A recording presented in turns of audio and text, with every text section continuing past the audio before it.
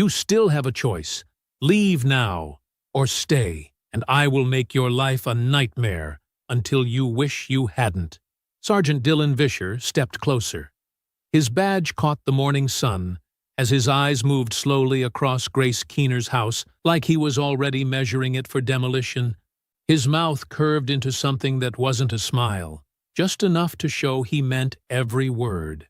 Grace's hands were shaking. 6 weeks of invented violations. 6 weeks of this badge treating her childhood home like it was already gone. What Vischer didn't know was that across the street, a Navy SEAL had been recording every single word, and his K-9 had already decided this man was a threat. Before continuing, comment where in the world you are watching from and make sure to subscribe, because tomorrow's story is one you can't miss. The hose had been running for 4 minutes when the cruiser turned onto Camellia Drive. Grace Keener didn't look up right away. She knew the sound of that engine. She had learned it the hard way. The low, unhurried rumble of a car that wasn't in a hurry because it didn't need to be. She kept the water moving across her mother's flower beds, the stream steady in her hand, her eyes on the soil. 3rd time, she thought. 3rd time in 6 weeks. The morning was already thick with August heat, barely 6:45, and the air sat heavy and damp against her skin. The neighborhood was quiet, a few sprinklers ticking on nearby lawns, a dog barking somewhere 2 streets over. Camellia Drive looked exactly like it always had. Old oak trees lining the sidewalk, modest, well-kept houses, flower beds that people tended because they cared, not because anyone was watching. Her mother had planted these flowers. Her father had laid this walkway, 1 stone at a time, on a Saturday when Grace was 6 years old. She had handed him the stones from a bucket while he worked. She still remembered the weight of them in her small hands. She heard the car door. "Morning." Sergeant Dylan Vischer walked toward her the way he always did. Slow, easy, like a man who had nowhere to be and knew it. He was a big man, thick through the shoulders, with small eyes that moved over things in a way that made her feel like she was being appraised rather than looked at. His uniform was pressed. His badge caught the early sun. Grace turned off the hose. She did not smile. "Officer?" "Ms. Keener." He stopped at the edge of her front walk. "Got another concern to bring to your attention." "I'm sure you do." "That hose." He nodded toward it. Crossing the public easement line again. Code violation. Grace looked at the hose. It lay flat against the grass, exactly where it always rested. She looked back at him. "That hose is 14 inches from the easement line," she said. Section 12, Paragraph 4 of the Municipal Code requires 6 inches minimum clearance. I looked it up. After your last visit. Something moved behind his eyes. Cold and slow. "Move it, anyway." "And if I don't?" Vischer took a step forward. Then another. He was close now. Too close. And his voice dropped into something low and deliberate. "Then I write it up. And once it goes in the system, I make a call. And that call turns into an inspection. And that inspection," he let the word hang, "turns into condemnation proceedings. You know how long that takes? 6 weeks. Maybe less for a house this old." His eyes drifted to the front door, the windows, the roof, moving across her home the way a wrecking ball moves before it swings. "You'd be out before Thanksgiving." Grace's breath caught. She held it. "You can't." "I already have. Twice. On this street." He leaned in slightly. "Nobody stopped me then. Nobody's stopping me now. You're what, 32? Widowed? Teaching 3rd grade?" His mouth curved into something that wasn't a smile. "Honey, you don't have the money, the time, or the connections to fight what's coming. Take the offer from Hargrove, pack your things, and move on. Or stay. And I will make your life a nightmare until you wish you hadn't." He was 6 inches from her face. Across the street, Conrad Clarkson had stopped walking the moment the cruiser door opened. He stood on the sidewalk with his canine, Atlas, at his heel, watching. He had seen this before. Not on this street, not in this neighborhood, but he had seen it. The particular way a man in uniform approached a woman alone. The angle of the body. The deliberate use of space. The badge doing the talking before the mouth even opened. He reached into his pocket and pulled out his phone. His thumb found the camera. He opened it, switched to video, and pressed record. Steady, unhurried. The way he did everything. He held the phone at his side, angled upward, the lens pointed directly across the street. Whatever was about to happen, it was going on record. Atlas moved first. The big German shepherd had been sitting perfectly still, but now his ears snapped forward, his head dropped low, and a deep, continuous sound built in his chest. Not barking. Something older and more serious than barking. A warning that came from instinct, not training. Conrad glanced down at him. In 3 tours of service, he had learned one absolute truth about Atlas. The dog was never wrong. He looked back across the street. Vischer's body had shifted forward. Grace had gone completely still. The way people go still when they are calculating whether they are safe, when fight or flight are both running at the same time, and neither one has won yet. Conrad raised his phone, deliberate, fully visible, making sure the lens had a clean, unobstructed angle on both of them. Every word Vischer had just said was already on the recording. Every inch of that illegal proximity was already documented. He held the shot for 3 more seconds. Then he pocketed the phone and moved. He crossed the street in long, unhurried strides, Atlas matching him step for step. He didn't run. He didn't shout. He walked with the quiet certainty of a man who had put himself between danger and innocent people in places far worse than a suburban sidewalk. He stepped directly between Grace and Vischer.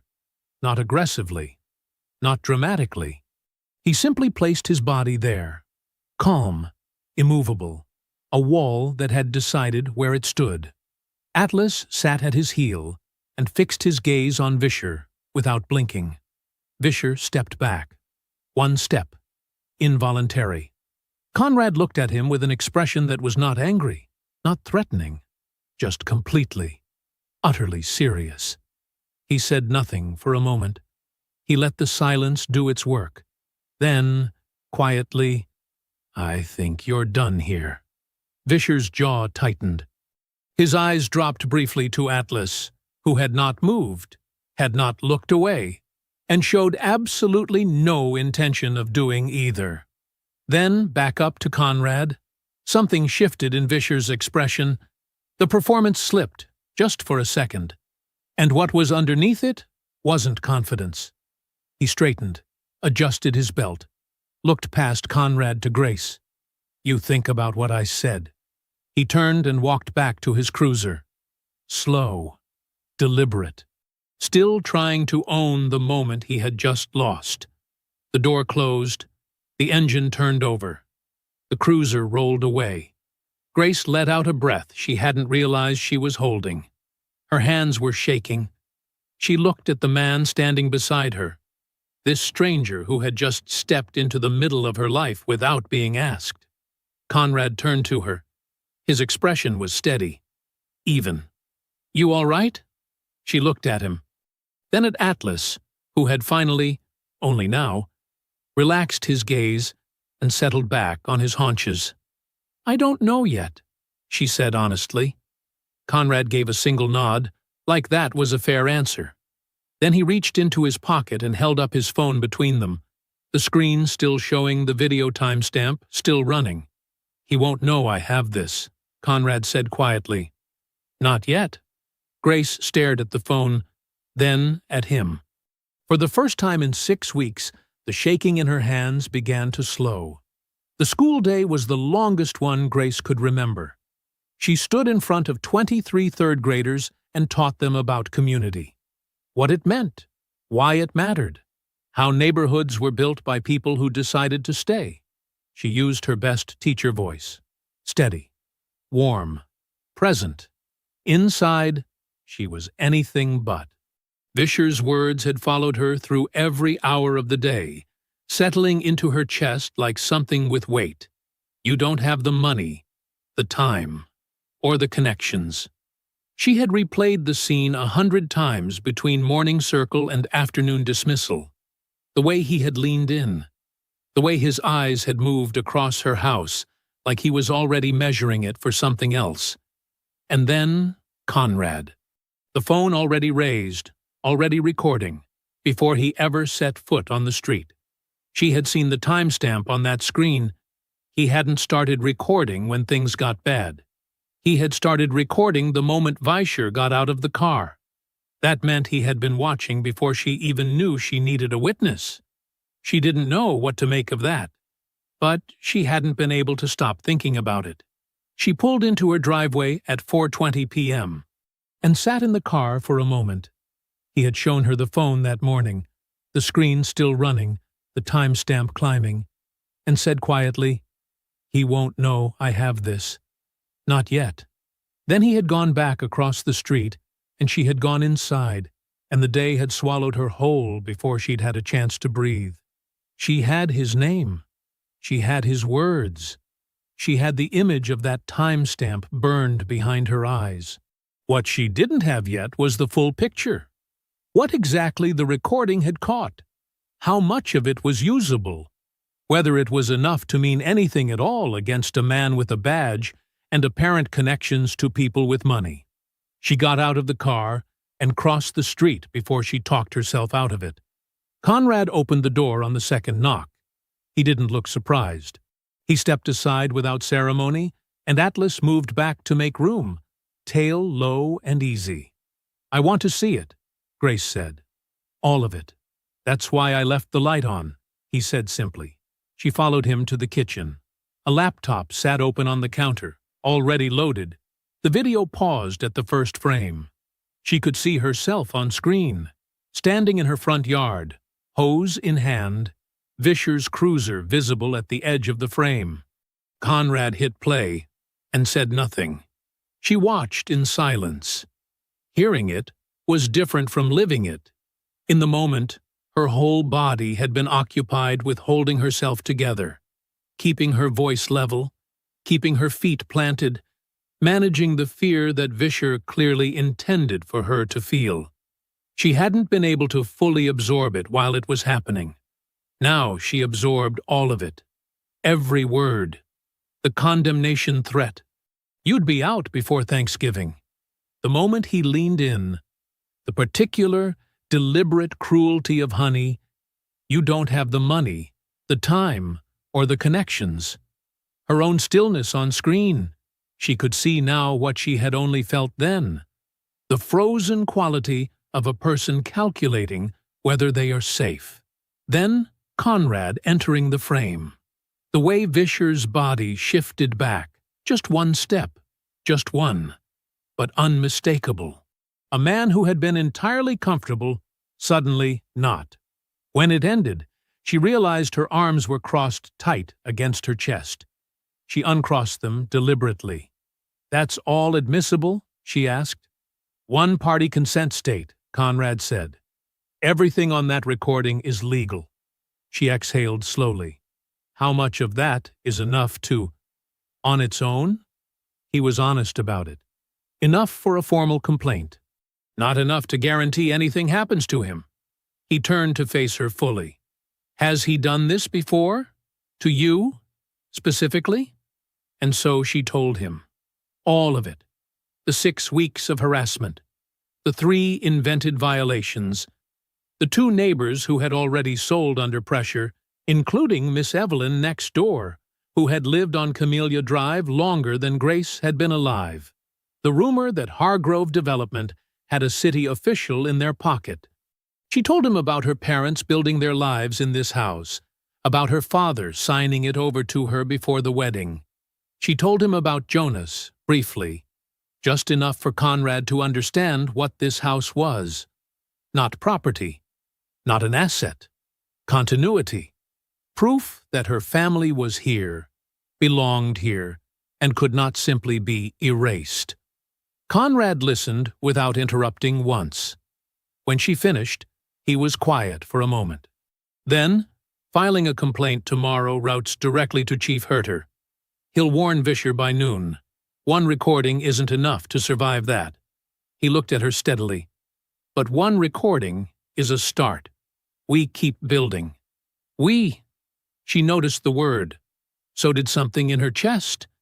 A small, cautious thing that had been braced for "you're on your own" and got something entirely different instead. She stood to leave.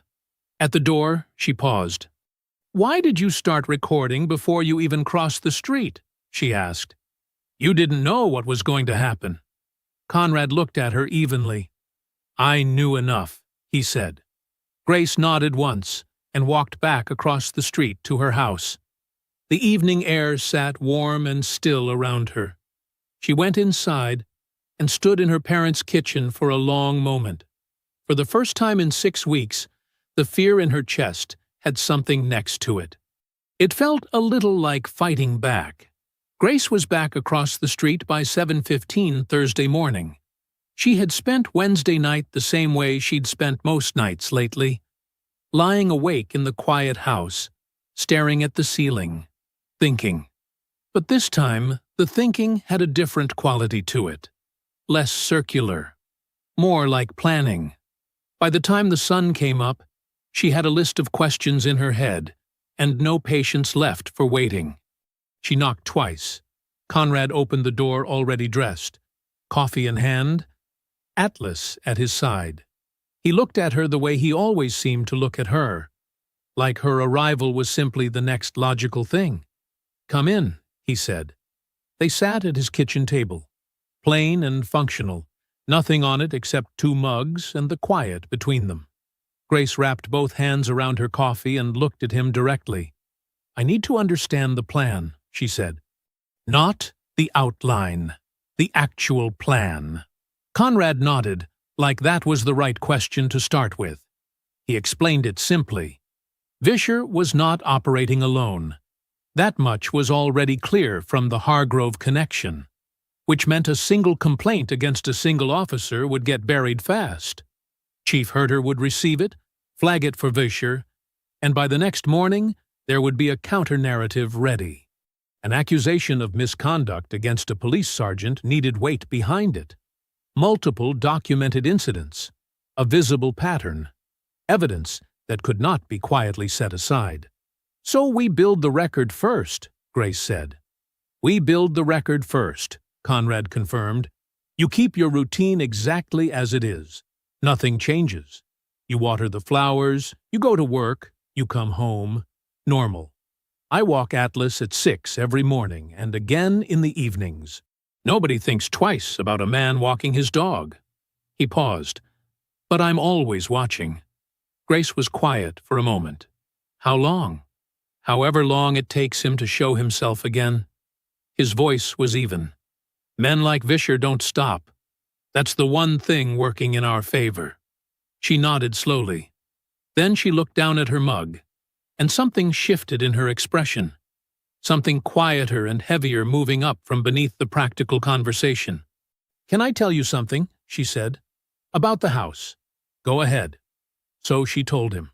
She told him about her father, Drake, who had worked the same job for 26 years so that he could pay off the mortgage and have something real to hand down, who had signed the house over to her before her wedding because he wanted her to have something that was truly, legally, entirely hers.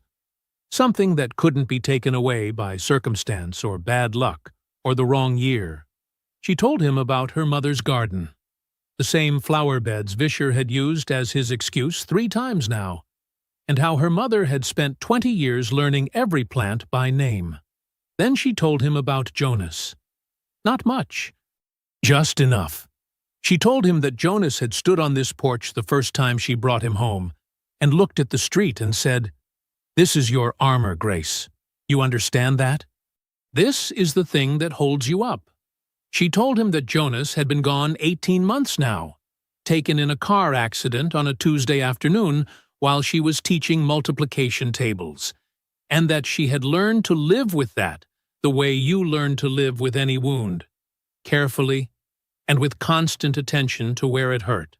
She told him that Vischer knew she was a widow, had said it to her face, used it like a blade. Widowed. Teaching 3rd grade. Like her losses were a list of weaknesses. Like grief was the same thing as surrender. She stopped talking, looked out the window. This house is the last place where all of them still exist, she said quietly. My mother, my father, Jonas, all of it. If I lose it… She didn't finish the sentence. She didn't need to. The kitchen was very still. Conrad looked at her for a moment, not with pity. Not with the careful, managed sympathy people usually offered when she mentioned Jonas. He looked at her the way someone looks at a thing they understand. Then we don't lose it, he said. 3 words. No performance in them. Just a statement of fact. Grace pushed her chair back and stood. She had a classroom to get to. She picked up her bag, and at the kitchen doorway she paused and looked back at him. What do you actually do? She asked. For work. What is it you do? Conrad considered the question for just a moment. I used to do a lot of watching, he said. Grace held his gaze for a beat. Then she nodded once, walked down the hallway, and stepped out into the morning. For the first time in 6 weeks, something other than dread walked out of that house with her. Thursday morning, 6 a.m. sharp. Conrad came out of the front door with Atlas at his heel, the same as every morning. Same route, same pace. Same unremarkable man walking his dog while the neighborhood woke up around him. A few early risers had started to recognize Atlas. A woman on the corner always waved. A retired man 2 houses down had once offered the dog a biscuit. Conrad accepted all of it, warmly, unhurriedly, without leaving an impression worth remembering. That was exactly the point. He crossed toward the far side of Camellia Drive, letting Atlas set the pace. His phone was in his shirt pocket. The small lens of Atlas's collar camera pointed outward at the world. He wasn't thinking about what he might capture today. He was thinking about patterns. Vischer had come 3 times in 6 weeks. Men like Vischer were creatures of habit. They repeated what worked until something stopped them, which meant he would come back. And when he did, Conrad would be outside, and the camera would be running, and Vischer would have no idea. He just had to be patient. He didn't have to wait long. At 7:22 Thursday morning, on his second loop of the block, Conrad spotted Vischer's cruiser rolling slowly down Camellia Drive. No lights, no stop. Just that same slow, deliberate crawl. The roll of a man reminding the street that he could show up whenever he wanted. Conrad kept walking. He did not look directly at the cruiser. The car slowed further as it passed Grace's house. From the corner of his vision, Conrad watched Vischer raise his phone and point it through the window at the property, photographing the house, documenting it the way you documented something you were building a case against. Conrad walked Atlas another 30 feet down the sidewalk before smoothly turning back, unhurried, just a man looping back on his route. The collar camera had a clean angle the entire time. He noted the timestamp in his head. 7:22 a.m., Thursday. 1 more brick in the wall. Friday brought the second piece. Conrad had noted the Hargrove development site trailer 2 blocks east on his morning walks, a portable office unit sitting at the edge of the cleared land, where 3 houses used to stand before their owners sold. He had been building a mental map of the people who moved in and out of it. On Friday afternoon, walking Atlas past the Walgreens on the main road, he spotted Vischer's personal vehicle, not the cruiser, his own gray pickup, parked near the far corner of the lot. Vischer was standing outside it, talking to a man in a white Hargrove Development polo shirt. They weren't loud. They weren't obvious. They looked, to anyone glancing over, like two people running into each other in a parking lot. Conrad walked Atlas to a bench near the store entrance and sat down. Normal. Unbothered. He scratched Atlas behind the ears, while the phone in his free hand recorded the exchange across the lot. The Hargrove rep pulled a folded document from a clipboard and handed it to Vischer. Vischer looked it over, nodded twice, and handed it back. They shook hands. Brief, businesslike, the handshake of two people who had done this before. The Hargrove rep returned to his truck. Conrad photographed the license plate before it left the lot. Saturday afternoon, Grace knocked on Miss Evelyn's door. She had been putting it off. She wasn't sure why. Maybe because Miss Evelyn, at 71, had already been through enough, had already lost the fight Grace was still in the middle of. And telling her the full truth felt like reopening something that had only barely closed. But she needed to know, and Miss Evelyn deserved to. She told her everything, sitting in Miss Evelyn's small living room, surrounded by 50 years of a life well lived. Miss Evelyn went very quiet as she listened. The kind of quiet that isn't emptiness, but wait. When Grace finished, Miss Evelyn looked at her hands in her lap. He came to my door in October, she said softly, stood right where you're sitting, and told me my fence was going to fail every inspection from here until I couldn't afford to fix it anymore. She paused. 2 days later, a man from Hargrove knocked and offered me assessed value. She looked up. I was scared. I was alone. And I signed. Her voice dropped to nearly nothing. I've regretted it every single day. Grace reached over and covered her hand. Neither of them spoke for a long moment. Saturday evening, Conrad was waiting on Grace's porch when she got home. He held up his phone without preamble and played the Walgreens footage. Grace watched the exchange. Vischer, the polo shirt, the document, the handshake. And when it ended, she looked up slowly.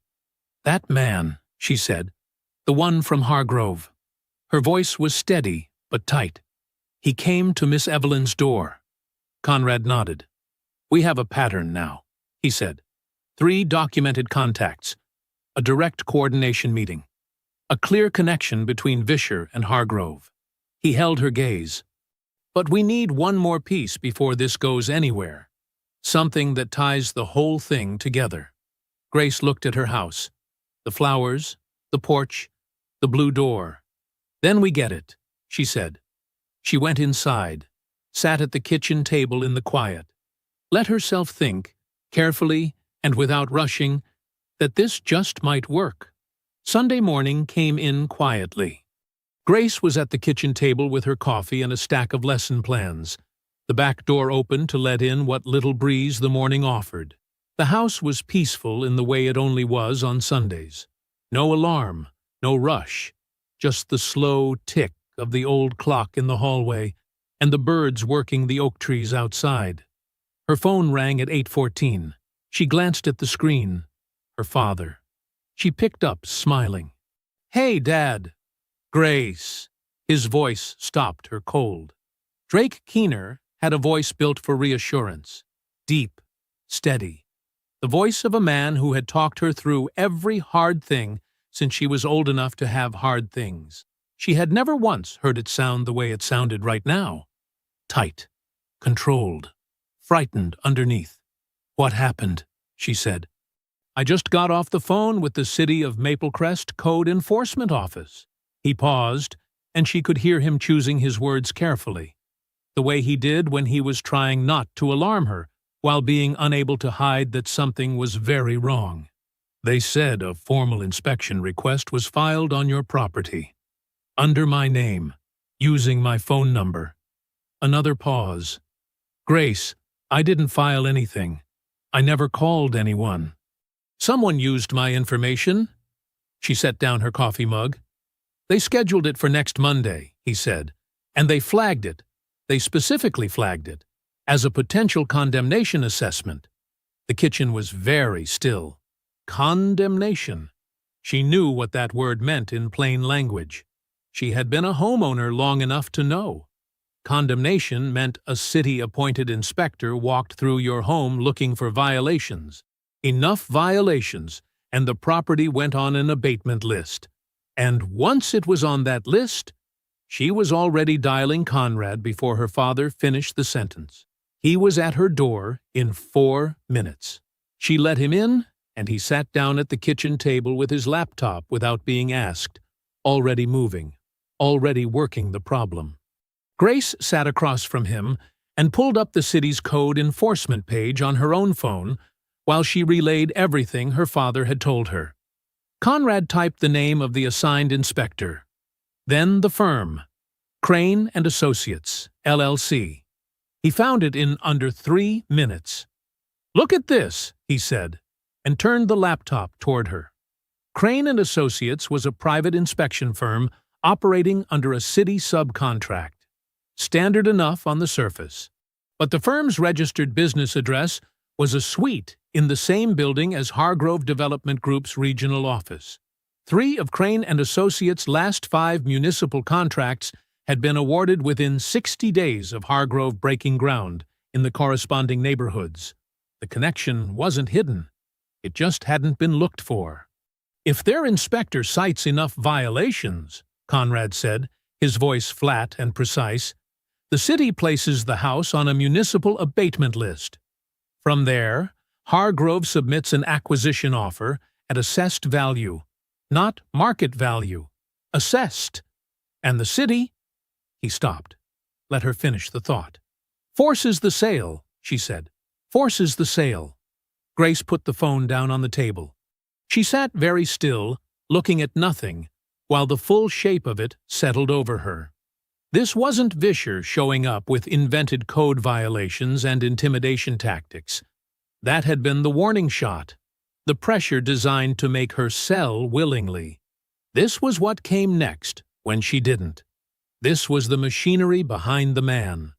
Built quietly, operated through paperwork and procedure and city contracts, dressed up in the language of municipal process so that by the time anyone understood what was happening, it would already be done.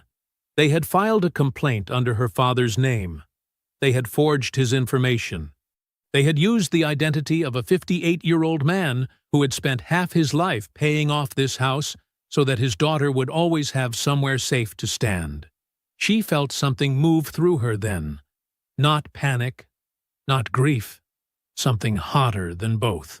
"He knew," she said quietly. "Vischer knew exactly what he was looking at when he came to this door. He wasn't guessing. He picked me because he thought I was easy. Young, widowed, a teacher's salary." She looked up. He had this planned before his first visit. Conrad said nothing. He didn't need to. The look on his face confirmed it. Drake's car pulled into the driveway at 6:30 that evening. Grace watched from the window as her father got out. He had a suitcase with him. He stood in the driveway for a moment and looked up at the house. This house, the one he had handed to her with both hands and a clear title. And something moved across his face that she had never seen there before. He stood there a long moment. Then his jaw set, and he picked up the suitcase, and he walked toward the door. Inside, Conrad was already at the kitchen table, laptop open, building the case. The real fight was just beginning. Drake Keener filled a doorway the way certain men did, not through size alone, but through the particular quality of stillness that came from a man holding himself carefully in check. He set his suitcase down in the hallway, looked at the stranger sitting at his daughter's kitchen table, and said nothing for a moment. Conrad stood and extended his hand. "Conrad Clarkson. I live across the street." Drake looked at the hand. Then he shook it. Firm, brief. "I know who you are," he said. "Grace told me." He pulled out a chair and sat down heavily, the weight of the drive and the phone call and everything in between settling over him all at once. "So, what are we doing about this?" For the next 20 minutes, Conrad laid it out. He walked Drake through everything. The recording from Tuesday morning, the Walgreens footage, the Crane and Associates connection, the forged complaint filed under Drake's name. He turned the laptop and showed him each piece in order, methodical and unhurried, the same way he had briefed people in rooms far more dangerous than this one. Drake listened without interrupting. His expression didn't change much, just tightened, degree by degree, like something being wound too tight. When Conrad finished, Drake sat back and crossed his arms. "We go to the press," he said. "Tonight. We take everything you just showed me and we put it in front of a camera and we make it impossible for them to ignore." "I understand why you want that," Conrad said. "Then let's do it. If we go public right now, Herter has the story by morning." Conrad kept his voice even. "Hargrove has a PR firm on retainer. By noon tomorrow, the narrative is that a grieving young widow is making accusations against a decorated officer because she doesn't want to comply with legitimate code enforcement. They will bury this before it breathes."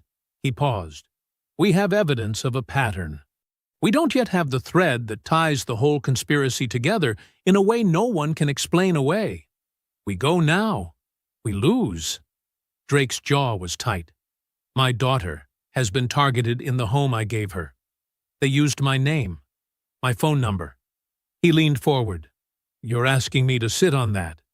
I'm asking you to be patient for a few more days so that when this lands, it lands once, and it lands completely." Conrad held his gaze. "Men like Vischer have beaten complaints before. We need this to be the one he can't beat." The kitchen was very quiet. Then Grace placed her hand on her father's arm. Not urgently, gently. The way you touched someone you knew well enough to know when words would help and when they wouldn't. Drake looked at her. Something in his expression shifted. The particular surrender of a parent who has raised a child capable enough to be trusted.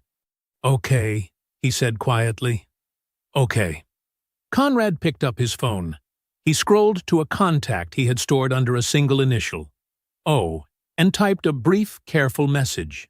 No details, just enough. "Need to talk. Tonight. Secure line." He had made contact with Councilwoman Pia Rushton 2 days earlier through a mutual connection in the state attorney's office, a name passed to him quietly by the federal investigator he had worked alongside 3 years ago. He knew her background. He knew she had been building a case against the Hargrove police relationship for 2 years. He knew she was waiting. The reply came in 4 minutes. A phone number, a time, 11 p.m. At 11 o'clock, Conrad put the call on speaker. Councilwoman Rushton's voice was measured and precise.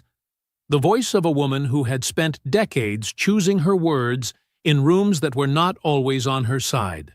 She listened to the summary without interrupting.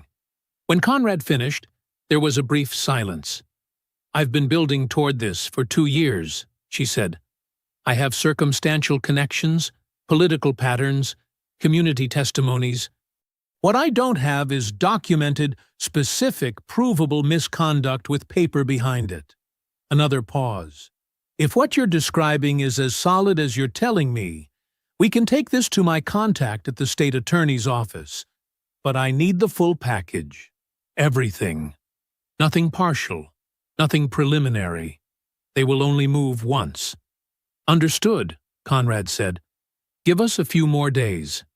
"You have until the inspection," she said. And the line went quiet. By midnight, the kitchen table had become something else entirely. Conrad assigned roles without ceremony.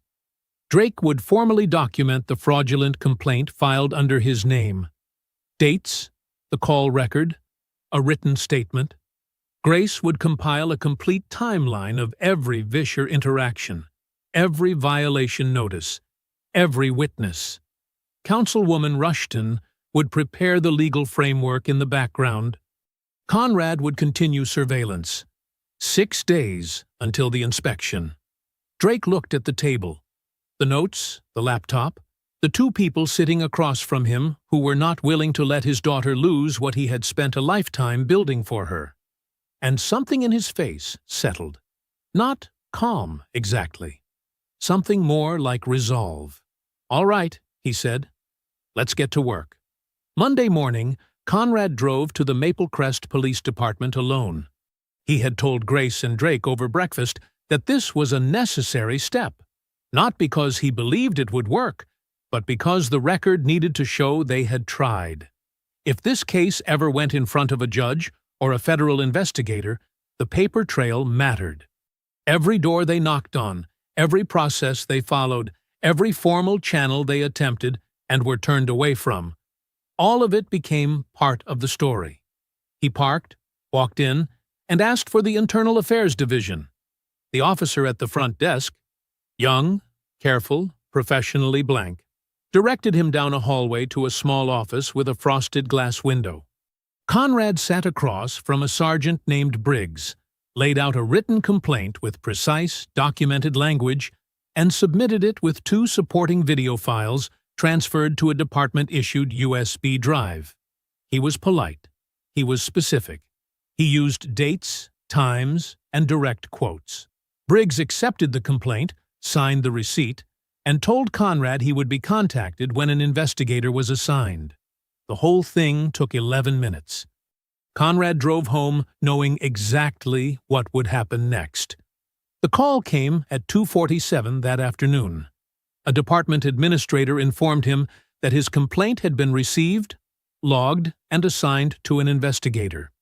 The investigator's name was Officer Dominic Denzel. Conrad thanked her, ended the call, and immediately looked up the name. It took him less than 2 minutes. Dominic Denzel, 9-year veteran of the Maple Crest PD, former patrol partner of Sergeant Dylan Vischer. They had worked the same beat, driven the same routes, filed reports side by side from 2011 to 2019. There was a photograph on the department's community outreach page from 4 years ago. Vischer and Denzel at a neighborhood barbecue, both grinning, paper plates in hand. Conrad set the phone down on the kitchen counter. He wasn't surprised. He wasn't even particularly angry. In his experience, systems protected themselves the same way everywhere. Quietly, efficiently, and with the complete confidence that nobody was watching closely enough to notice. He wrote the assignment down in his notes.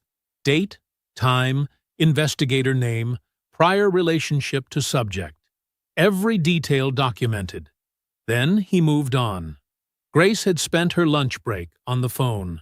She had found the attorney through a bar association referral. A civil rights lawyer based in Atlanta named Pamela Harmon, who had handled 3 municipal misconduct cases in the past 5 years. Grace had prepared for the call the way she prepared for parent-teacher conferences. Notes organized, facts ready, nothing left to memory. Harmon listened carefully and asked sharp, precise questions. Grace answered all of them. When she finished, Harmon was quiet for a moment. Then she said what Grace had been afraid she might say. "The evidence you're describing is strong, genuinely strong. Under normal circumstances, I would tell you we have a solid foundation for a federal civil rights claim." A pause. "But your inspection is in 6 days. To file for an emergency injunction, I need a minimum of 2 weeks to prepare the motion properly, gather supporting affidavits, and get in front of a federal judge. We don't have 2 weeks." Grace pressed her fingers against the bridge of her nose. "Is there anything?" "Not on the injunction timeline. Not responsibly." Harmon's voice was direct but not unkind. "What I can tell you is this. If you can delay or survive that inspection, the case you're describing is exactly the kind of thing I take on pro bono. You get me the full evidence package, I will make time for it." Grace thanked her, ended the call, and sat in her car in the school parking lot for 3 minutes before going back to her classroom. She laid it all out that evening at the kitchen table. She told Conrad and Drake about the complaint assignment, Denzel, the former partner, the 9 years together. Then she told them about the attorney, the timeline problem, the injunction that wasn't coming in time. She kept her voice steady and her language plain. No dramatics. Just the facts. Drake sat with it. He looked at the table for a long moment. Then he picked up Grace's written timeline. 4 pages, handwritten, every Vischer interaction logged in her neat schoolteacher's hand, and read it from the beginning, page by page, all the way through, without saying a word. When he set it down, his eyes were red at the edges. "You've been carrying all of this alone," he said. Grace looked at her father, at the man who had handed her this house with both hands, and the absolute belief that it would keep her safe, and felt the full weight of the past 6 weeks pressed down for just one moment. "Not anymore," she said. Tuesday was a good day at school. Grace's 3rd graders had been working on a unit about families and history, where people came from, what they carried forward, why it mattered.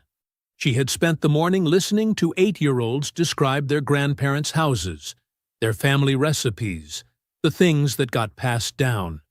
A boy named Kenny told the class that his great-grandmother still lived in the house where she was born. The class had gone quiet with a kind of instinctive respect that children sometimes showed before they were old enough to know why.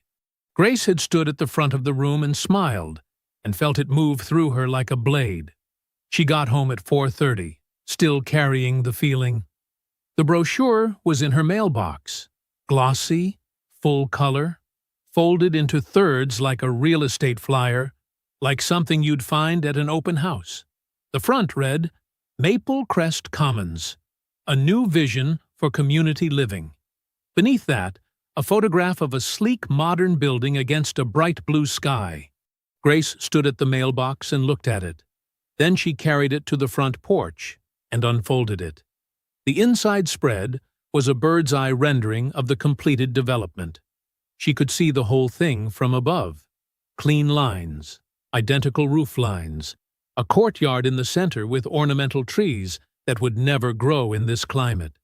Streets labeled with new names. Green space precisely placed where green space photographed well. She found Camellia Drive. She found it because she knew exactly where to look.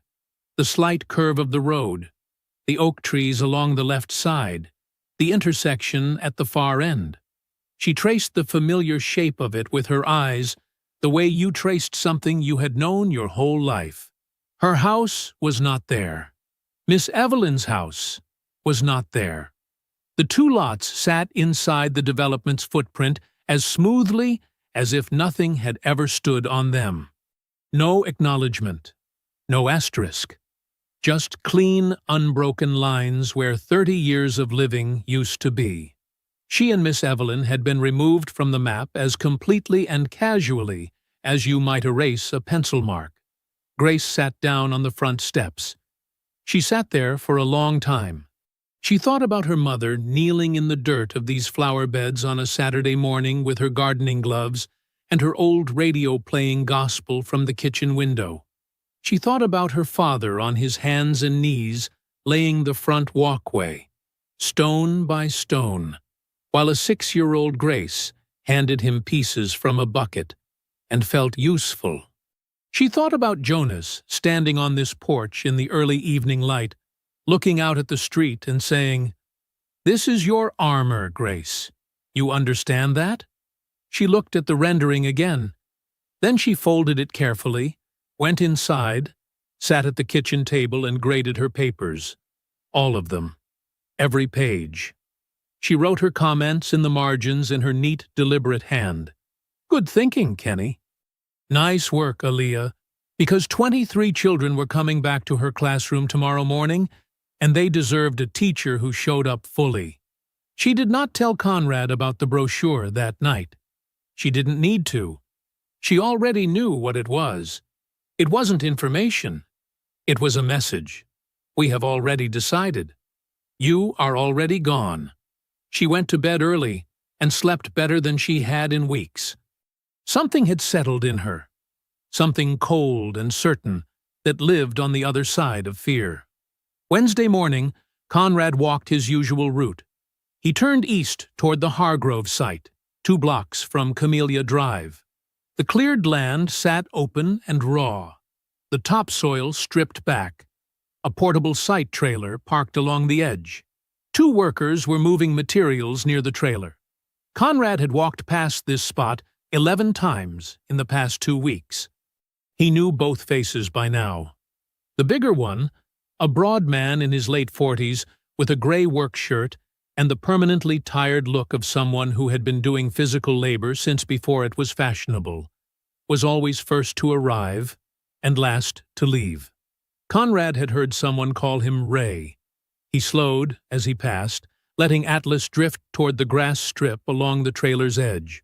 Atlas sniffed the ground with complete disinterest, while Conrad nodded at the man. "Morning," Conrad said easily. "How long has this project been going?" Big Ray looked at him for a moment, then at Atlas, then back at Conrad. "Long enough," he said. The words carried something underneath them, not hostility. Something more like weariness. Like a man who had been watching something he didn't like for a long time and had run out of ways to not see it. Conrad nodded, gave Atlas a light tug, and kept walking. He had gone maybe 30 feet when he heard the footsteps stop behind him. "Hey!" Conrad turned. Big Ray was standing with his back to the trailer, not looking directly at him. His voice was low, careful. "I kept some things," he said. Didn't know why at the time. A pause. "Maybe I did." Conrad held his expression completely neutral. "I know where to find you," he said simply. He turned and walked on. Atlas matched his pace without breaking stride. Conrad kept his eyes forward and said nothing, but his jaw set just slightly. The particular set of a man who has been waiting for the thing that changes everything, and has just heard it arrive. Wednesday evening came in slow and gray. Conrad had spent the afternoon the same way he spent most afternoons, watching, noting, building the map in his head. At 5:15, he texted a single line to the number Big Ray had given him when Conrad circled back to the site an hour after their exchange. 2 blocks north, corner of Elm and 4th. 6 o'clock. He kept it short. Short messages left less to misread. He arrived 5 minutes early and walked Atlas along the block once before settling near the corner. The neighborhood here was quieter than Camellia Drive, a dead-end street, no through traffic, nothing that would make 2 men talking look like anything worth noticing. Big Ray pulled up at 6 on the dot. He was a large man up close, thick through the chest and shoulders, hands that looked like they had been doing real work since before Conrad was born. He moved with the particular caution of someone who had made a decision and wasn't fully at peace with it yet. He looked up and down the block twice before he stopped walking. Atlas sat between them. Big Ray looked at the dog the way most people did, uncertain at first, then reassured by the dog's complete disinterest in him. "Nobody saw me leave," Big Ray said. "Good," Conrad said. "What do you have?" Big Ray reached into his jacket and pulled out his phone. His hands were steady, but his jaw was tight. "I've been on this project 7 months," he said. "From the first week, I could see something wasn't right. The timeline was moving too fast for the permits we had. Blocks that weren't supposed to be cleared yet were getting cleared. Houses that were supposed to still have residents. The residents were just gone. You asked about it?" "Once."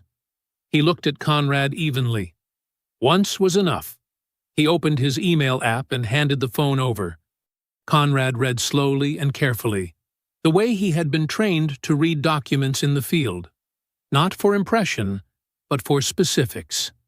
Dates. Names. Language that was meant to obscure, but didn't quite. The emails were an exchange between 3 parties. Hargrove's regional director, a man named Gabriel Fleck, the inspector from Crane & Associates, and a third address that resolved, when Conrad looked it up, to a private email account registered to Dylan Vischer. The language was careful in places. Corporate. The kind of careful that told you the people writing it knew exactly what they were doing and believed they were smart enough to get away with it. But the meaning was not hidden. Accelerating vacancy on target corridor addresses, a phrase that appeared 3 times across different emails, always in the context of a specific timeline aligned with Hargrove's development schedule. A spreadsheet attached to one email listed addresses on Camellia Drive with columns marked status. Words like resistant, pending, soft, cleared. Grace's address was listed. The status column beside it read, resistant, accelerate. Another email, from Fleck to the inspector, contained the sentence, coordinate with our contact at MPD to ensure inspection flags are sufficient for abatement on remaining resistant properties. The date on that email was 3 weeks before Weischer's first visit to Camellia Drive. Conrad read it twice. Then he handed the phone back. "How many of these do you have?" he said. 11 emails, screenshots of all of them. Big Ray's voice was quieter now. "I forwarded them to my personal account the day after I tried asking questions and got told to mind my work. I didn't know why I was doing it at the time." He looked down the street. "My grandmother lost her house in a situation like this. Back in the 90s. Different city, same story. I watched it happen when I was 12 years old." He paused. "I told myself, if I ever saw it happening again, I wasn't going to be the one who looked away." Conrad looked at him for a moment. "Your family. Do they know you have these?" "No."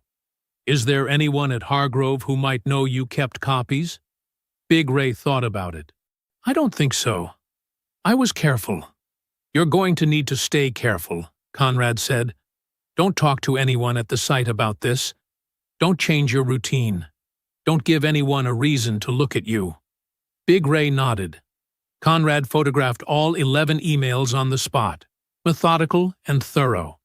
Then he backed everything up to the encrypted cloud server he used for sensitive documentation, a habit so automatic at this point that his hands moved through it before the thought had fully formed.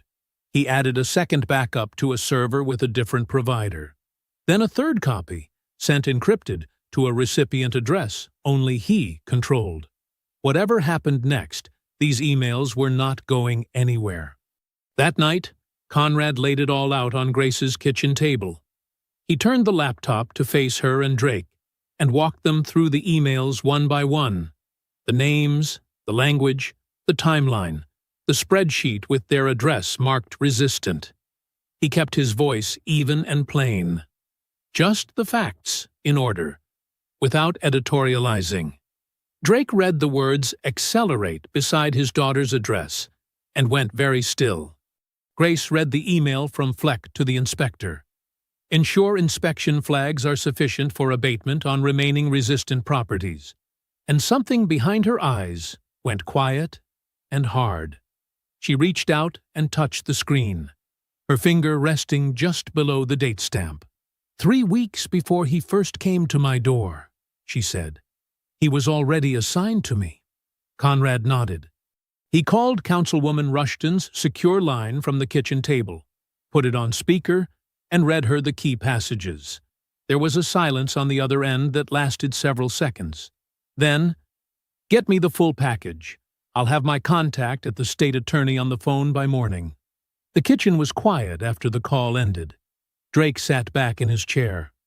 The tightness that had been in his face since Sunday had not gone away, but something had shifted underneath it. Purpose, maybe. The particular forward-leaning feeling of a fight that could actually be won.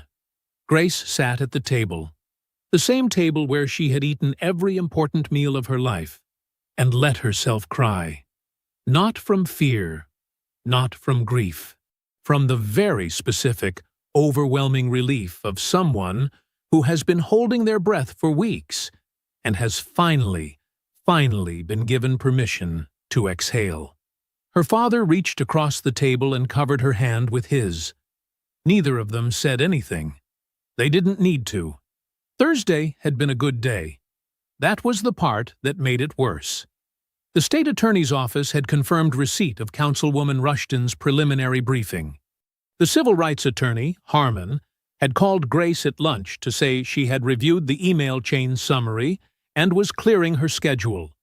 Conrad had spent the morning running through the full evidence package, the recordings, the photographs, the emails, the documented timeline, and everything was holding.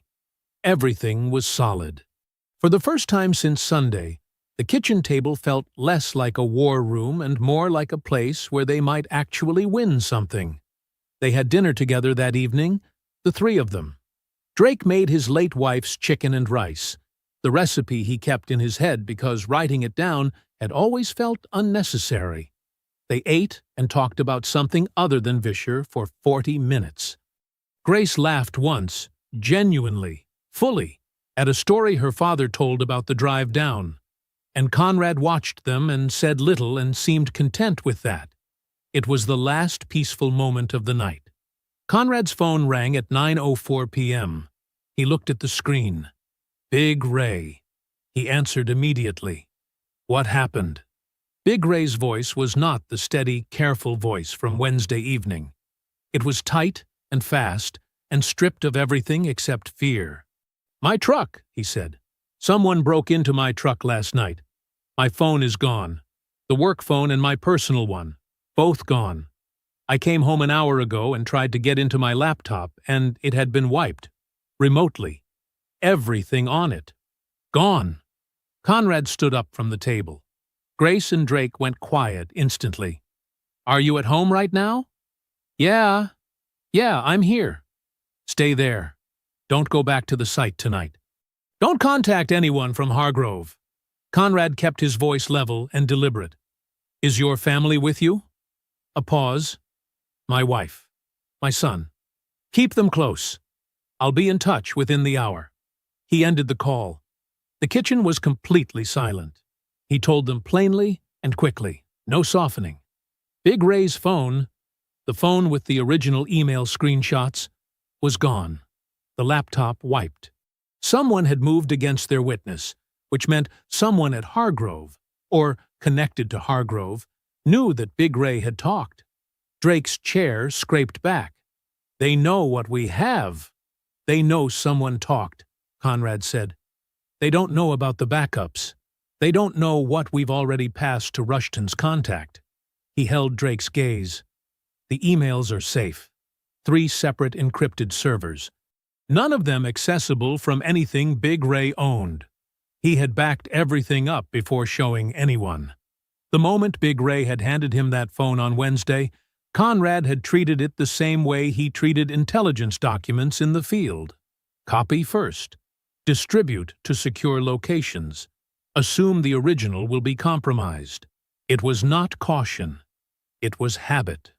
It was the thing that 17 years of operating in hostile environments had permanently installed in him. They can't take back what's already been sent, Conrad said. The words settled. Drake sat back down slowly. Rushton called 7 minutes later. She didn't wait for a greeting. There's a story running tonight, she said. Local outlet. Someone leaked that I've been investigating Hargrove. The piece is framing me as a political opportunist, targeting a development company bringing jobs and investment to Maple Crest. Her voice was controlled but tight. 3 of the 4 council colleagues I need for a formal motion have already gone silent. I've had 2 texts and 1 voicemail since the story posted, all variations of the same message. Let's wait and see. Does it compromise the state attorney contact? Conrad asked. No. That's a separate track, and they don't know about it. A pause. But it narrows what I can do publicly before the investigation is formally opened. Conrad thanked her and ended the call. He looked at the table. Grace was watching him. Drake was watching him. He started to speak. Then the back door opened, and Drake stepped outside to move his car forward in the driveway. He had mentioned it blocking the sidewalk earlier, and was back inside in under 90 seconds. He stood in the doorway. In his hand was a printed photograph. Grace's house. Full color.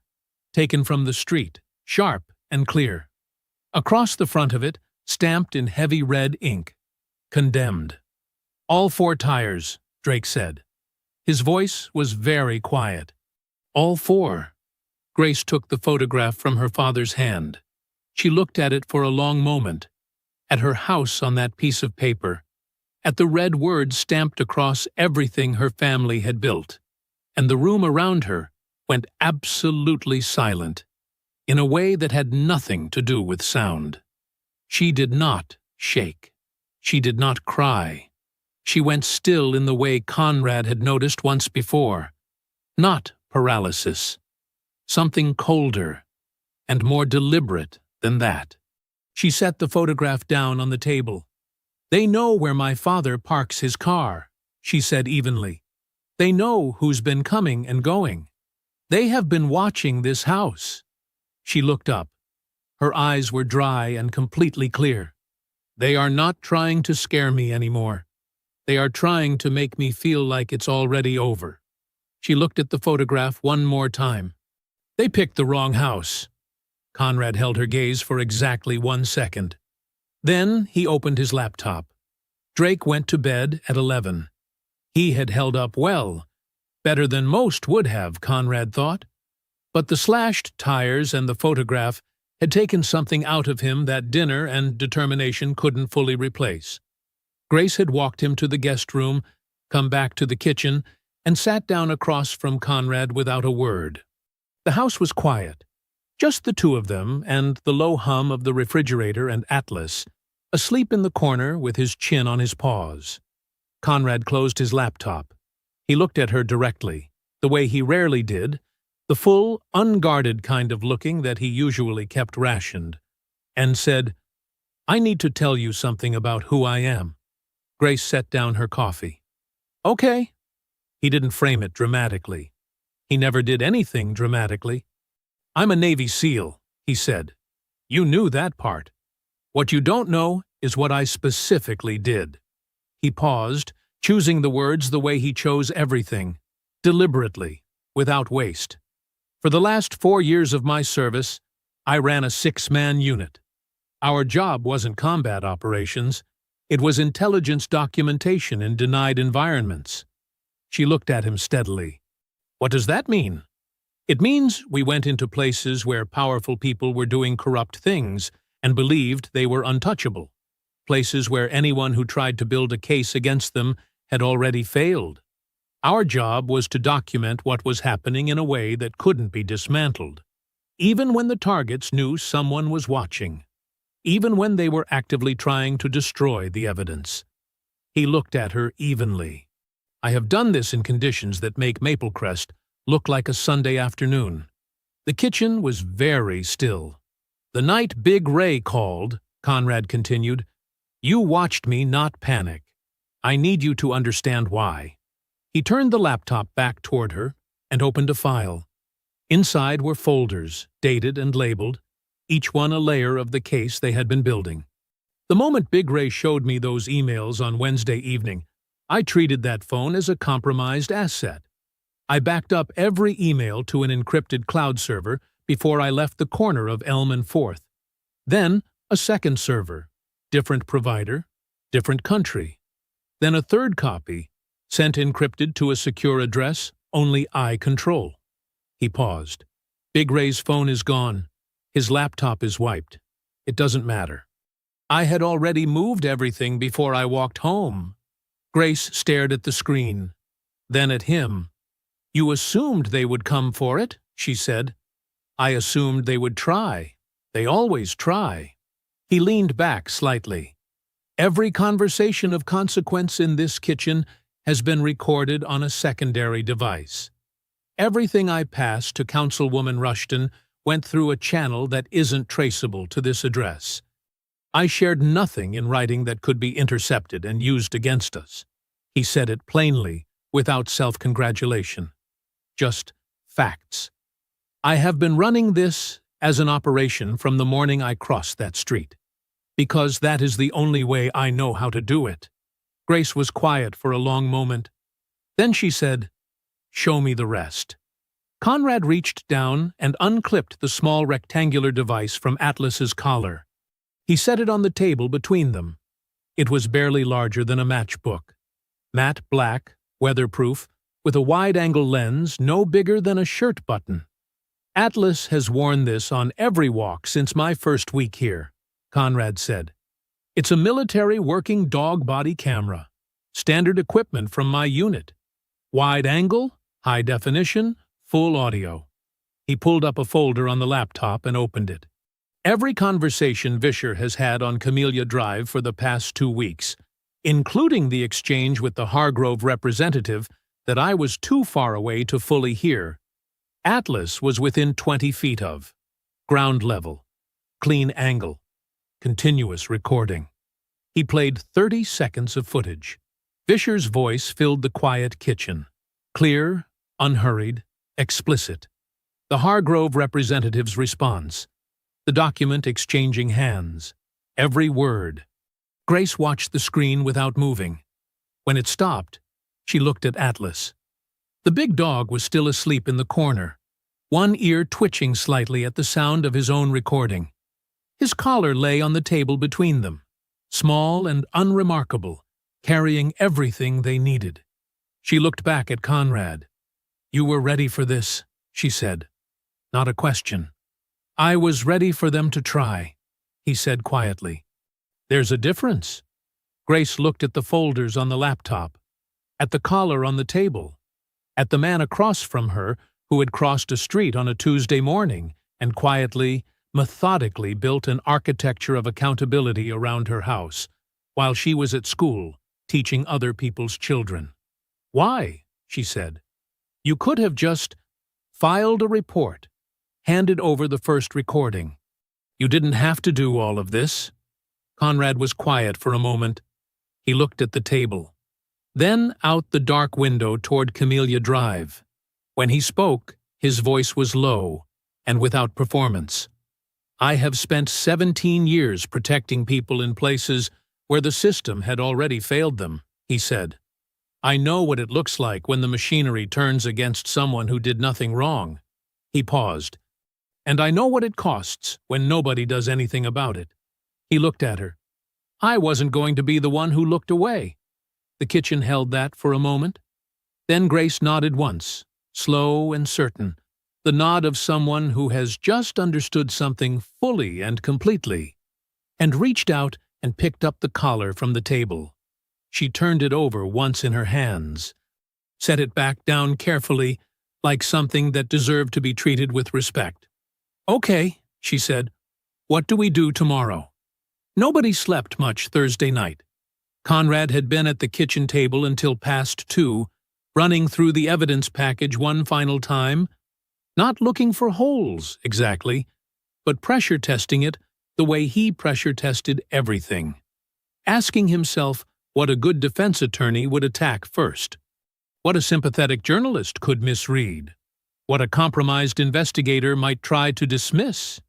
He had done this in the field with mission plans, sitting in forward operating bases with a headlamp and a satellite phone, finding every weakness before the weakness found them.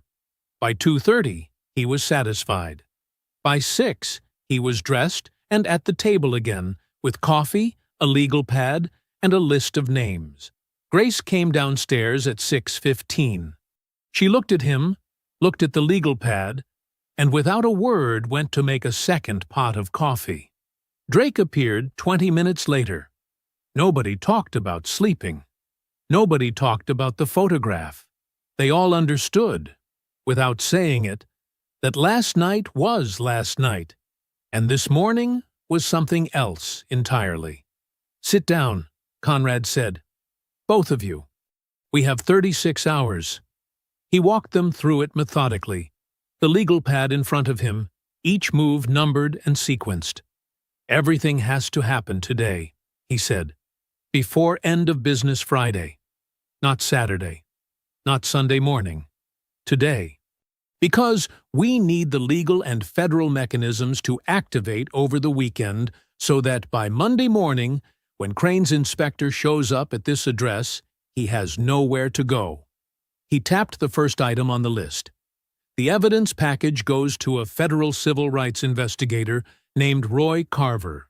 I worked alongside Carver in a DOD capacity 3 years ago. He runs civil rights fraud cases out of the regional federal office. Once this is in his hands, jurisdiction shifts entirely. Herter cannot touch it, Vischer cannot influence it, and Hargrove's attorneys cannot slow-walk it through the municipal system. He looked up. Carver agreed to an urgent review when I reached out last night.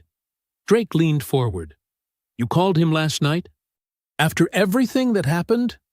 After everything that happened, Conrad said, was exactly the right time to call. He tapped the second item. Councilwoman Rushton holds a press conference this afternoon. Not the full package. We don't compromise the federal investigation. But enough. The Walgreens footage, the Crane and Associates connection, the fraudulent complaint filed under your name. He looked at Drake. Public credibility matters. We need the story on record before Monday. He tapped the third. Harmon files the emergency motion this morning. Inspector conflict of interest. Documented financial ties between Crane and Associates and Hargrove. She needs a federal judge to grant a stay on the inspection. He paused. She said last night she has a judge in mind. Someone who has seen this kind of case before. The kitchen was quiet for a moment. And what do we do? Grace asked. You and Drake stay here, Conrad said. Close to the phone. I need to be mobile. He left at 8:15 with the full encrypted package on a drive in his jacket pocket and a duplicate already transmitted to 2 secure servers. He drove to the federal building downtown and met Roy Carver in a 4th-floor conference room at 9:30. Carver was a compact, quiet man in his early 50s, with reading glasses pushed up on his forehead and the permanent slight squint of someone who spent his days reading very fine print. He took the drive without ceremony, plugged it into a secure terminal, and read in silence for 22 minutes. When he looked up, he said, "This is a coordinated deprivation of property rights under color of law. Minimum 4 federal statutes, possibly 6. He pulled his glasses down. I'm opening a preliminary inquiry today. Conrad nodded once. The inspection is Monday morning. I'll have something in motion before close of business. Councilwoman Rushton's press conference ran at 2 p.m. Conrad watched it on his phone from the parking lot outside the federal building. She stood at a podium outside City Hall in a deep blue suit, a single page of notes in front of her, and she was devastating. Calm, specific, and precise. Every sentence a fact, every fact sourced. She named Crane and Associates. She named the fraudulent complaint. She named the pattern of targeted displacement. She did not name Conrad. She did not name the federal inquiry. She named Vischer. Grace's phone rang at 4:47 p.m. She was standing in the front yard. She had come outside without entirely meaning to, drawn to the porch, then down the steps, then to the flower beds, standing in the same spot where this had all begun 6 days ago. The evening air had cooled slightly. A few neighbors were out. Camellia Drive looked the way it always looked. She answered on the second ring. It was Harmon. Her voice was even, but there was something alive underneath it. The judge granted the stay, she said. 30 days. The inspection cannot proceed Monday morning. Grace lowered the phone slowly. She stood in her front yard and looked at her house. The flower beds. The blue door her father had painted the summer she turned 7. The porch where 3 generations of her family had stood watching the same street. And she exhaled. Slowly. Completely. 36 hours. That was all it had taken to dismantle what they had spent months building. She was still standing there when Conrad's green truck turned onto Camellia Drive and pulled into the driveway across the street. He got out and looked at her over the roof of the truck. She held up the phone. He nodded once. That was enough. Nobody suggested sleeping in.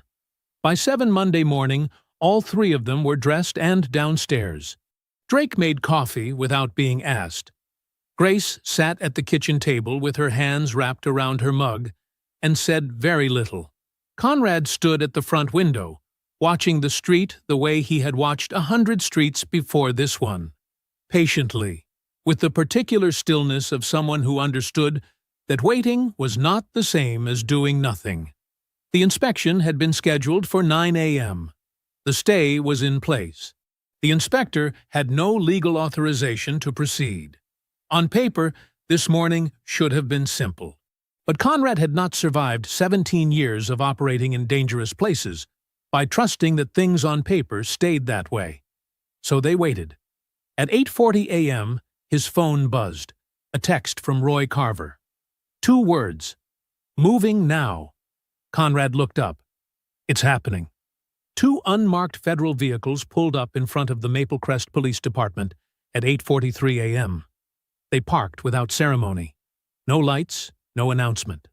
2 agents in plain clothes walked through the front entrance and asked for Chief Ronald Herter by name. Herter was in his office when they came through the door.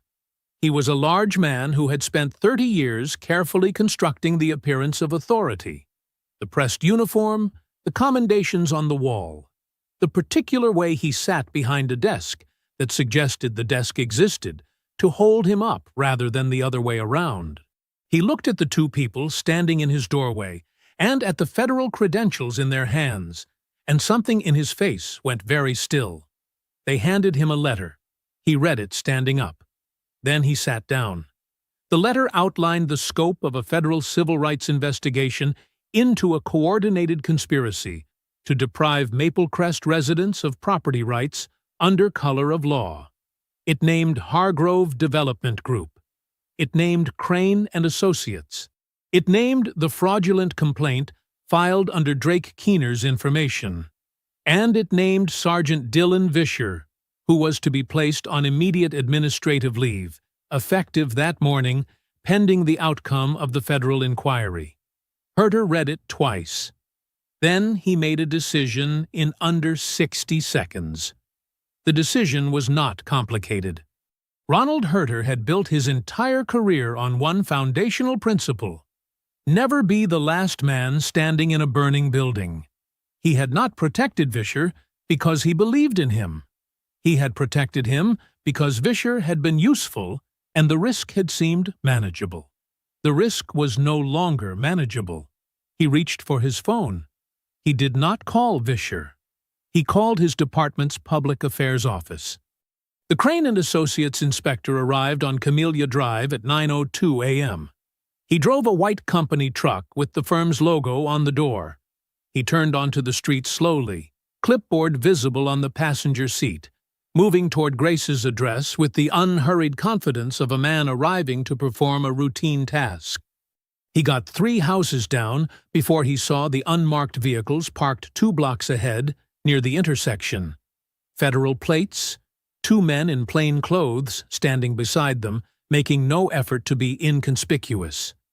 He slowed, looked at the address on his clipboard, looked back at the vehicles. He sat there for 11 seconds. Then he put the truck in reverse, turned around at the nearest driveway, and drove back the way he came. The clipboard stayed on the passenger seat. He did not stop. He did not get out. He did not come back. Grace was on the porch when it happened. She had come outside at 8:50 with her coffee, Drake beside her, both of them watching the street without pretending they were doing anything else. She saw the white truck turn onto Camellia Drive. She recognized the logo on the door. She had looked up Crane and Associates enough times in the past week that the name had embedded itself like a splinter. She watched it slow down. She watched it stop. She watched it turn around. She did not cheer. She did not cry. She stood on her porch and watched that white truck disappear around the corner and felt something move through her that was quieter and deeper than celebration. The particular feeling of a thing that was supposed to happen, that powerful men had spent months engineering to happen, simply not happening, being stopped, being turned back. Her father put his arm around her shoulders. Neither of them spoke. By 10 a.m., Chief Herter's public statement was live on the department's website. Conrad read it aloud from the kitchen table, his voice completely flat. Herter expressed his deep concern over officer conduct. He pledged full and transparent cooperation with the ongoing federal investigation. He described his commitment to the highest standards of integrity within the Maple Crest Police Department. He did not mention Vischer by name. He did not need to. Everyone reading it understood exactly who he was talking about, and exactly how quickly Ronald Herter had decided that 20 years of looking the other way had never happened. Drake listened to the whole thing without expression. When Conrad finished, Drake said, "He didn't even call him first." "No," Conrad said. "He didn't." Drake nodded slowly. The nod of a man who had lived long enough to recognize a coward performing loyalty he never once possessed. Outside, Camellia Drive sat quiet in the morning light. Vischer's cruiser did not appear. For the first time in 6 weeks, the street was just a street. Tuesday morning arrived like a different world. Grace sat at the kitchen table with her phone and watched the regional news app refresh with the particular surreal feeling of seeing something private become suddenly, completely public. Councilwoman Rushton's press conference footage was everywhere.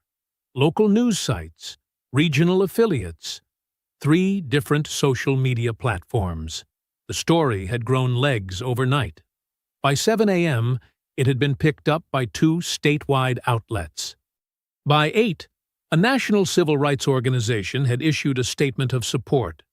Drake sat across from her, reading quietly. Conrad stood at the counter with coffee, watching his own phone. None of them said much.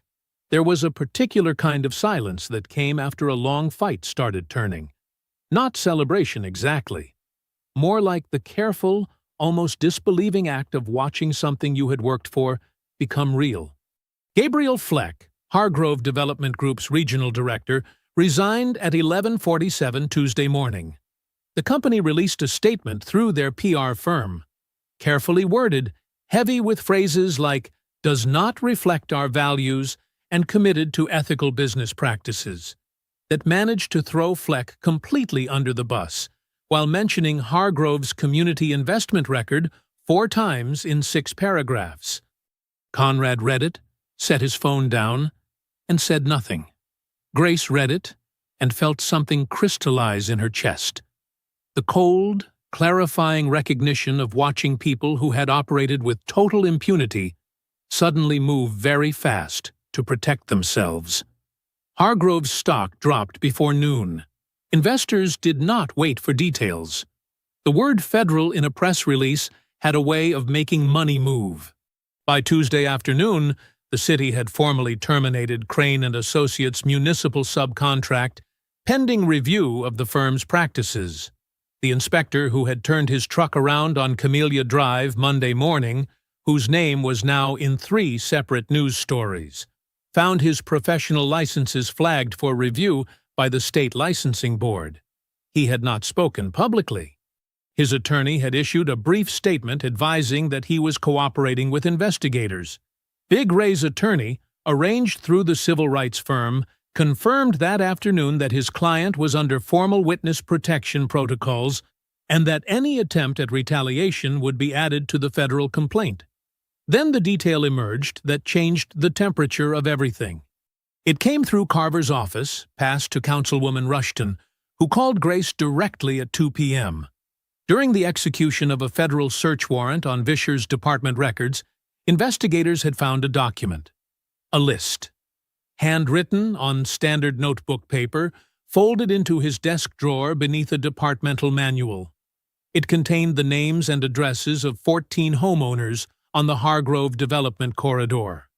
Beside each name, Vischer had written a brief assessment.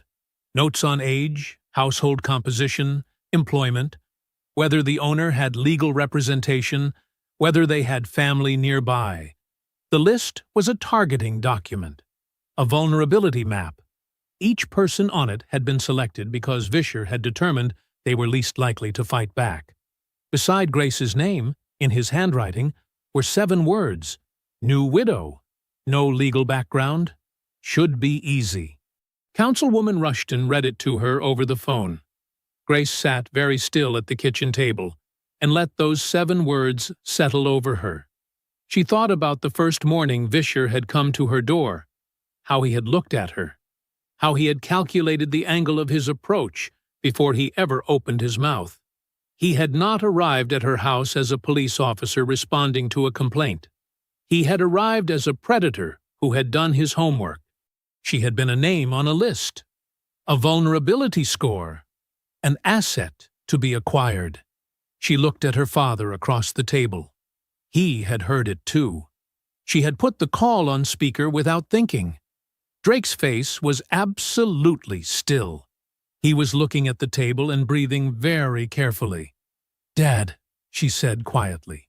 He shook his head once, not dismissing her, just needing a moment. By Wednesday morning, the story had been running for 36 hours and showed no signs of slowing. Miss Evelyn called at 7 a.m. Her son had been on the phone with an attorney since Monday evening.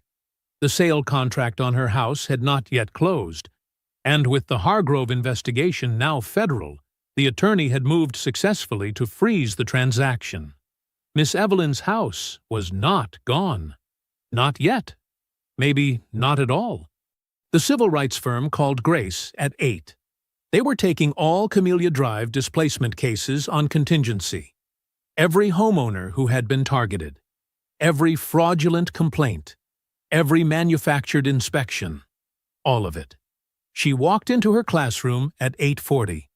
She had not told her students anything. She had not told their parents anything. She was their teacher. Whatever was happening on Camellia Drive stayed on Camellia Drive. The principal met her at the classroom door. "The parents have been talking," he said simply. He looked at her with an expression that sat somewhere between pride and apology. Sorry she'd had to go through it. Proud of how she had.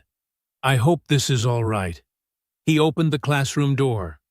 Every member of the school staff who was not currently with students was standing inside the room. The principal began to clap. The staff joined him.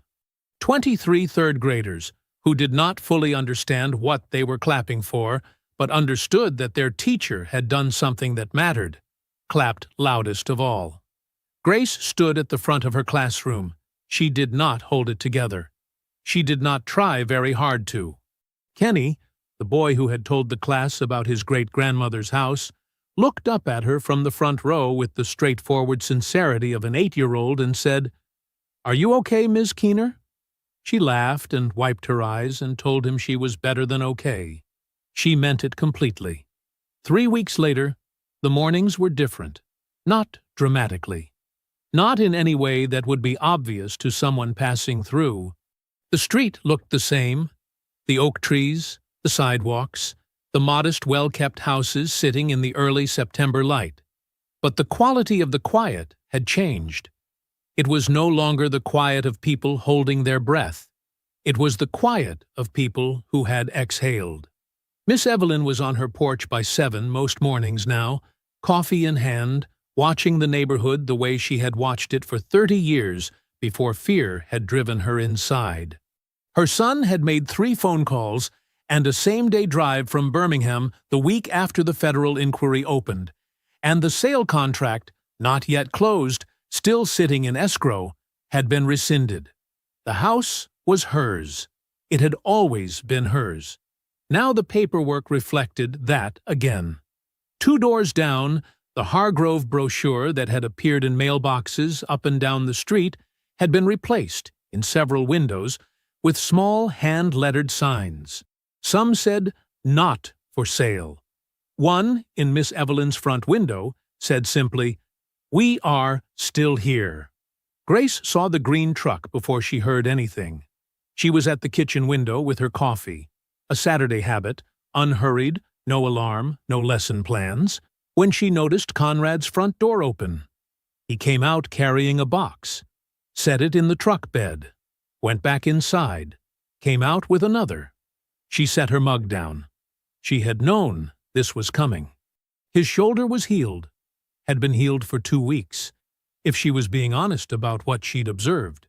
He had mentioned Virginia once, briefly, in a conversation about what came next. She had not asked him to elaborate, and he had not offered. Some things didn't need to be mapped out ahead of time. She went to the kitchen and stood at the counter for a moment. Then she opened the cabinet above the stove and took down her mother's recipe box. The sweet potato pie had been her mother's signature, the dish she made for every occasion that mattered, the one she had never written down, because, she said, written-down recipes were for people who didn't trust their own hands. Grace had learned it by standing beside her at this stove and watching and asking questions and being told to just feel when it was right. She had made it twice since her mother passed. Once for her father's birthday. Once for Jonas, the first Thanksgiving they spent in this house together. He had eaten 2 slices and declared it the finest thing he had ever tasted, which she knew was not entirely objective, but loved him for anyway. She had not made it for anyone outside family. Until now. The truck was 3/4 loaded when she crossed the street. She carried the pie in both hands, still warm, covered with a dish towel the way her mother had always covered it. Conrad was at the tailgate, adjusting a bag, when he heard her footsteps, and turned. He looked at the dish in her hands, then at her face. She held it out. He took it carefully. The way you took something you understood was not a casual gift. You didn't have to, he said. My mother made this for people who mattered, Grace said. So. Conrad looked at the pie for a moment. Something moved across his face, quiet and unguarded. The closest thing to unguarded she had ever seen from him. Atlas appeared from behind the truck and sat between them, ears forward, looking up at the dish with professional interest. That's not for you, Conrad told him. Grace laughed. It came out easy and full and real, and she realized it was the first time she had laughed on this driveway in a very long time. She looked at him steadily.